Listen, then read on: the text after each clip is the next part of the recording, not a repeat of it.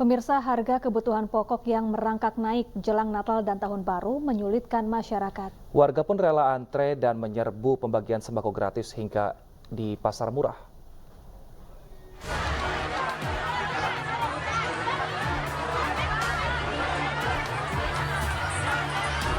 Ratusan warga berdesakan hingga saling dorong mengantri operasi pasar murah di lapangan Desa Banjardewa, Kecamatan Banjar Agung, Kabupaten Tulang Bawang, Lampung. Pasar murah yang digelar pemerintah Kabupaten Tulang Bawang menjual komoditas pangan di bawah harga pasar. Ada 5 komoditas pangan yang dijual, yakni beras, gula, telur, tepung terigu, serta minyak goreng. Pasar murah dan kita coba untuk tetap stabil harga di Kabupaten Tulang Bawang menjelang Natal dan Tahun Baru. Ini juga sudah kita lakukan 2 bulan kemarin. Jadi kita memastikan harga-harga sembako khususnya telur, beras, tepung, gula dan sebagainya di Kabupaten Tulang Bawang tetap stabil. Walaupun untuk telur kita agak sedikit kekurangan, tapi untuk sembako bahan yang saya sampaikan tadi, Tulang Bawang aman. Tidak sampai 1 jam seluruh sembako yang berada di pasar murah ini ludes diserbu warga. Sebanyak 800 warga Purbalingga juga mengantre untuk mendapatkan beras dan ikan lele gratis di lapangan Desa Kutabawa yang digelar oleh Pemkab Purbalingga. Tak hanya menyerbu pembagian beras dan lele gratis, warga juga antri membeli sembako di pasar murah. Paket sembako seharga Rp75.000 dijual dengan harga Rp25.000. Dan lele ini adalah salah satu program ketahanan pangan di Purbalingga. Jadi kita berikan bantuan lele dan beras gratis ini untuk masyarakat Purbalingga yang masuk dalam kategori DPKS yang memang perlu disentuh oleh pemerintah. Untuk bagaimana kita juga mengurangi angka kemiskinan di Kabupaten Purbalingga. Tidak hanya program beras dan lele, tapi tadi ada pasar murah ya yang diserbu oleh masyarakat. Warga mengaku rela berdesakan untuk mendapatkan sembako harga murah karena harga kebutuhan pokok di pasar yang meningkat.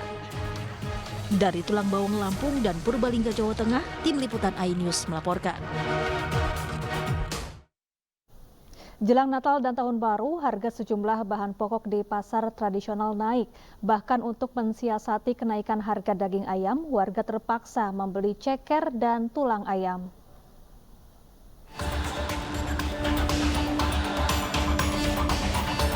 Dinas Tanaman Pangan dan Hortikultura lakukan pemantauan harga bahan pokok di sejumlah pasar di Kota Medan.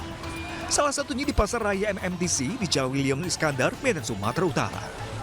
Dari hasil pemantauan, sejumlah bahan pokok mengalami kenaikan karena faktor cuaca buruk yang melanda Kota Medan dalam seminggu terakhir. Salah satu bahan pokok yang alami kenaikan yaitu cabai merah berkisar Rp4.000 hingga Rp5.000. Harga daging ayam juga naik, yang sebelumnya Rp28.000 per kilogram, kini Rp35.000 per kilogramnya. Dinas Tanaman Pangan dan Hortikultura memastikan pasokan dalam 15 hari ke depan cukup dan juga aman. Ini ada beberapa komoditi yang naik, terutama di cabai. Cabai itu memang harganya nggak stabil, ya kan? Kalau pasokannya banyak, pasti dia turun. Tapi ini cenderung agak naik, cuman naiknya nggak terlalu tinggi. Adalah perbedaan sekitar 4.000-5.000 yang naik. Tapi kalau pedagang kecil sama yang pedagang besar pasti naiknya itu agak.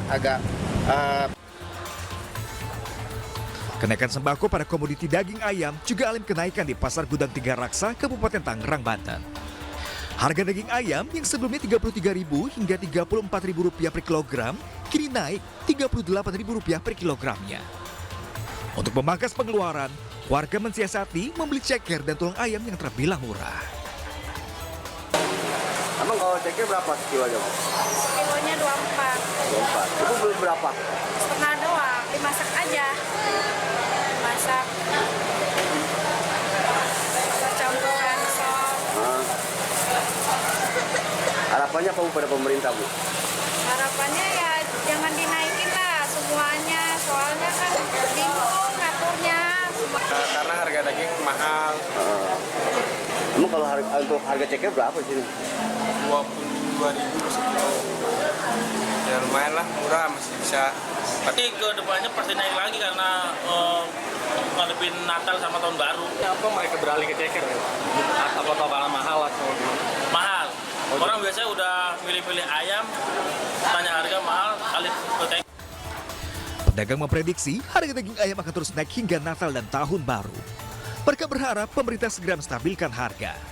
Dari Kabupaten Tangerang, Banten, dan Medan, Sumatera Utara, Tim Liputan iNews melaporkan. Di tengah harga sembako yang kian naik menuju libur Natal dan pergantian Tahun Baru, Perumda Pasar Jaya menggelar pangan murah.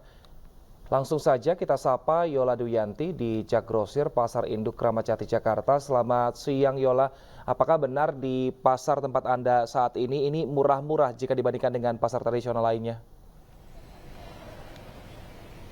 Ya, selamat siang Wilson, Syafa, dan juga pemirsa. Memang benar sekali di tempat kami melaporkan pada siang hari ini, yakni di Pangan Murah Jak Grosir yang berada di Pasar Induk Kramat Jati, Jakarta Timur. Ini menjual berbagai sembako dengan harga yang lebih murah jika kita bandingkan dengan yang ada di berbagai pasar tradisional lainnya. Ini khususnya untuk DKI Jakarta. Ini berbagai sembako di sini dijual dengan harga yang murah. Misalnya saja adalah minyak goreng curah yang berukuran 2 liter. Ini dijual seharga Rp25.000. Namun jika kita melihat di pasar tradisional, bahkan minyak goreng curah dengan ukuran yang sama ini bisa mencapai hingga 28 hingga Rp32.000 2 liternya. Sedangkan selain minyak goreng curah sendiri, ini di sini juga dijual beras dengan ukuran 5 kg seharga Rp57.500. Namun jika kita melihat di pasar tradisional, memang beras dengan ukuran yang sama ini bahkan dibanderol seharga Rp61.700. Selain itu juga di sini menjual ayam dengan ayam utuh yang berbentuk frozen ini seharga Rp29.000.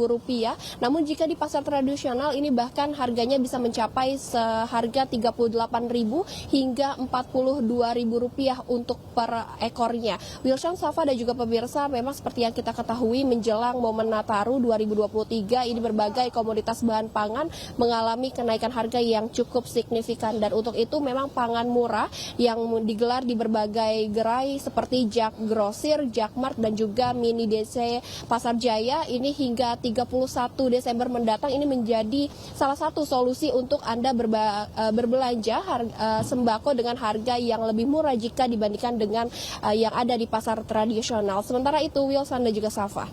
Ya, terima kasih Yola Duyanti atas informasinya langsung dari Pasar Jak Grosir Kramat Jati, Jakarta.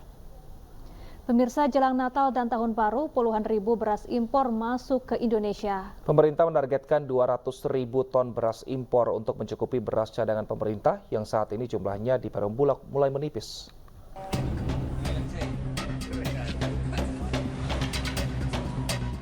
Di tengah hingar-bingar berbagai polemik negeri, isu krisis pangan menyeruak ketika persediaan beras nasional Perum Bulog hingga akhir tahun 2022 disebut-sebut menipis. Target stok cadangan beras pemerintah 1,2 juta ton di akhir tahun 2022 jauh dari realisasi. Stok beras Bulog yang tersisa hingga akhir tahun 2022 hanya 295.000 ton beras cadangan pemerintah dan 198.000 beras komersil. Impor beras menjadi jalan tembusan yang diambil pemerintah untuk mencukupi target stok cadangan beras. 200.000 ton beras impor akan masuk ke gudang Bulog. Importasi pun dimulai. 10.000 ton beras impor asal Vietnam telah masuk ke Indonesia menjelang Natal dan Tahun Baru. 5.000 ton beras impor masuk melalui Pelabuhan Tanjung Priok, Jakarta. Sementara 5.000 ton sisanya masuk melalui Pelabuhan Merak. Importasi beras ini belum akan berhenti. Secara bertahap, impor beras berlanjut karena kapal impor dari Vietnam, Myanmar, Pakistan, dan Thailand sudah antre untuk bersandar. 5.000 ton yang hari ini ada di Tanjung Priok ini yang dari Vietnam. Ini bertahap. Tapi semua tidak mendarat di sini, ya. Jadi dibagi 14 pelabuhan di semua provinsi. Ya, 14 provinsi, sehingga langsung beras ini tersebar di seluruh wilayah sesuai dengan kebutuhannya. Menteri Perdagangan pun menjamin kesediaan beras tercukupi dan stabil hingga masa panen tiba. Beras yang dijamin beras dari Bulog, harganya sekian. Tempatnya sudah ada, belinya di mana. Ya, tapi kalau beras premium silakan. Ya, berada di mana-mana gitu. Tapi akan stabil ya Pak ya? Stabil ya, dijamin. Insyaallah. Apakah akan juga bisa mengendalikan inflasi Desember ini, Pak? Iya, sekarang kan turun. Kemarin 5,7 September, sekarang kan kita 5,4 inflasi. Jadi ada beberapa produk yang harganya malah turun ya. Memang hari-hari ini dalam rangka menghadapi Nataru, saya barusan rapat juga dikoordinasi oleh Menko dan Kapolri ya. Memang ada beberapa yang naik, tapi ada beberapa juga yang turun. Tapi secara keseluruhan stabil harganya. Terkait impor beras, Menteri Pertanian Syahrul Yassin Limpo menanggapi sinis. Yassin Limpo menegaskan, importasi beras sebaiknya dihentikan sepanjang rakyat masih bisa menanam di negeri yang tanahnya subur ini. Indonesia yang dikenal sebagai raksasa beras dunia, nyatanya harus impor jutaan ton. Masih melekat diingatan, 14 Agustus 2022 lalu, Presiden Jokowi menerima penghargaan dari International Rice Research Institute. Penghargaan tersebut merupakan apresiasi karena menilai Indonesia berhasil menerapkan swasembada pangan dan sistem pertanian yang tangguh. Tim Liputan iNews melaporkan.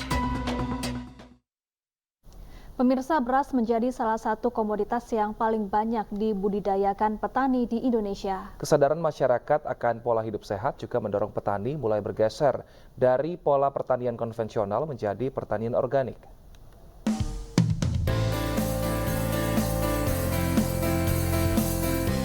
Ditjen Prasarana dan Sarana Pertanian Kementerian Pertanian melalui program Upland mendorong para petani untuk memaksimalkan produktivitas pertanian dan pembentukan ketahanan pangan.